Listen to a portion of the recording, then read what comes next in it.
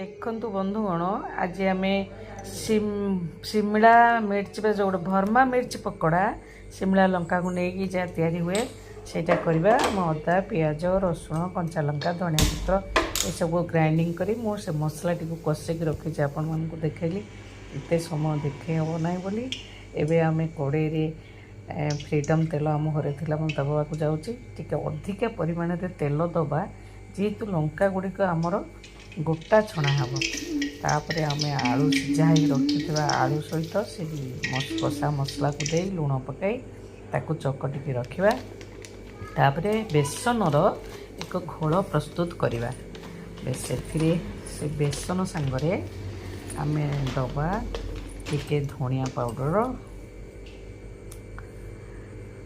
ଆଉ ଟିକେ ହଳଦୀ ଗୁଣ୍ଡ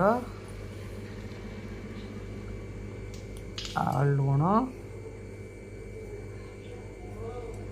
ଲଙ୍କା ଗୁଣ୍ଡ ଏବଂ ପାଣି ଦେଇ ଆମେ ତାକୁ ହାତରେ ଆପଣ ଭଲସେ ଗୋଳେଇ ଦେବେ। ଦେଖନ୍ତୁ କେମିତି ଆମେ ସେଇ କେଉଁ ଟାଇପ୍ର ଆମେ ଗୋଳାଟା ପ୍ରସ୍ତୁତ କରିବା। ଦେଖନ୍ତୁ ହାତରେ ଏବେ ଟେକିକି ଦେଖୁଛି ଆମର ଗୋଳାଟା ପ୍ରସ୍ତୁତ ହେଉଛି। ଏତିକି ପତଳା ହେଇଥିବ। ଆମେ ରଖି ସାରିଲା ପରେ ଶିମଳା ଲଙ୍କାକୁ ଯେଉଁ ଛେଡ଼ିକି ତା'ର ମଞ୍ଜି ଗୁଡ଼ିକୁ କାଢ଼ିକି ଆମେ ରଖିଥିଲୁ।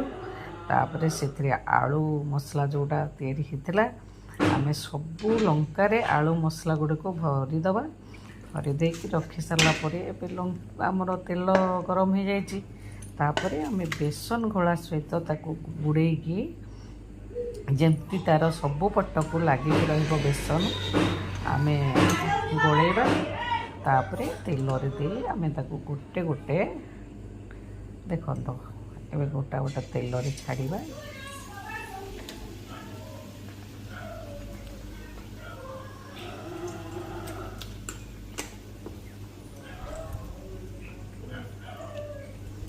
ତାକୁ ଆମେ କିଛି ସମୟ ଛାଡ଼ିଦେବା। ତା'ର ପଛପଟ ଗୁଡ଼ିକ ସବୁ ବାଦାମୀ କଲର୍ ହେଇଗଲା ପରେ ତାପରେ ଆମେ ତାକୁ ଲେଉଟାଇ ଦେବା।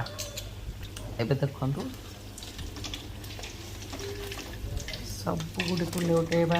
ଏପଟ ସେପଟ ସବୁଗୁଡ଼ିକୁ କରିବାକୁ ପଡ଼ିବ ଭଲସେ ଯେମିତି ସେଗୁଡ଼ା ସବୁ ବାଦାମୀ ରଙ୍ଗର ହୋଇଯିବ। ଭଲ ଭାବରେ ଛାଣି ହେଇଗଲା ପରେ ତାପରେ ଯାଇକି ଆମେ ସେଗୁଡ଼ିକୁ କାଢ଼ିବା ପ୍ଲେଟ୍କୁ କାଢ଼ିବା। ଯେତେବେଳେ ସମ୍ପୂର୍ଣ୍ଣ ଭାବେ ବାଦାମୀ ରଙ୍ଗ ହେଇଯିବ ଆମେ ଜାଣିବା ତାକୁ ଯେହେତୁ ଆମ ଘରେ